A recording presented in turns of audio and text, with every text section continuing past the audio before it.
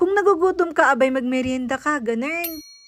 So tapos na nga akong nag-ayos ng aming grocery, kaya naman ito nagmerienda nga muna kami ni Arkidandan. Ay naapo, matatalimu daw na ako sa gutom. Ito at magkaiba nga kami ng iniinom pero gusto nga niyang tikman lahat. Ay naapo, pero pupo na lang pagkatapos nito, charis. At ito na nga yung realidad ng isang mami pagkatapos mag-ayos ng grocery, uupo at titingin ng resibo. Ako lang ba o kayo rin? Yung tipong malapit ka ng himatayin sa mahal na mga bilihin. Ay naapo. Ang sabi nga ng asawa ko, pagkasyahin ko daw yung 2,000. Ay naapo, ano yun, panahon ni kupong-kupong kasya yung 2,000 sa panggo-grocery. Yung 1,000 pa nga lang ay kulang pa sa gatas ni Arkidandan. Ay naapo. Pero ganun pa man, etong at may pa-folder na blue. Ay na wow. Dumating na nga pala itong pinaprint ko kay Photobook. Hindi ko pa nga kasi napiprint yung mga pictures ni Arkidandan simula newborn hanggang sa nag-12 months old siya. Mabuting at nakita ko nga itong Photobook. Etong at nakuha ko nga lang siya ng 350. Na mayroong lamang 40 pages. O diba, sulit na sulit na. Yung 40 pages ay pwede mong lagyan ng maraming pictures. Depende na lang talaga kung magaling kang mag-edit, ganun. So ayan ha, kung gusto nyo rin ito, yung link ilalagay ko lang dyan sa my comment section at gamitin nyo yung code ko para makuha nyo rin ito ng 350 pesos. At mabuti na lang talaga at meron na nga nito dahil nga wala na nga yung cellphone ko na nakapag-savean ng mga photos na ito. Mabuti na lang at na-save ko itong mga pictures na ito sa my personal Facebook ko, kaya naman nakuha ko pa. Kaya naman kung meron din kayo mga pictures dyan na iniingat-ingatan, ay naapo, i-print nyo na para meron din kayong binubuksan at balik-balikan, ganon. Basta wag nyo lang kakalimutan yung code ko para makuha nyo ito ng murang halaga. At syempre, hindi naman pwede na taong bahay lang tayo at malulusyang sa mga gawaing bahay. Kaya naman ito, nag-restock ulit ako ng aking pampaganda. Syempre, hindi pwedeng masipag lang tayo, dapat maganda rin tayo, ganon. So, ito ngang Honest Glow na glass skin ang ginagamit ko sa umaga at ito namang Honest Glow na papaya ang ginagamit ko sa gabi. So, magpaganda lang tayo mga kamilyonarya kong mamis dahil alam ko ito ang magpapasaya sa atin. At ito na nga yung sinasabi ko na hindi lang naman tayo puro paganda dito sa bahay, masipag din. O kaway-kaway sa mga kamilyonarya kong mamis dyan na hindi rin nauubusan ng mga gawaing bahay. Nagpapatuyo ako ng damit pero may nakasalang pa rin na labahin, o diba? 2 in 1, 3 in 1, ganon. Kaya naman masasabi ko talaga deserve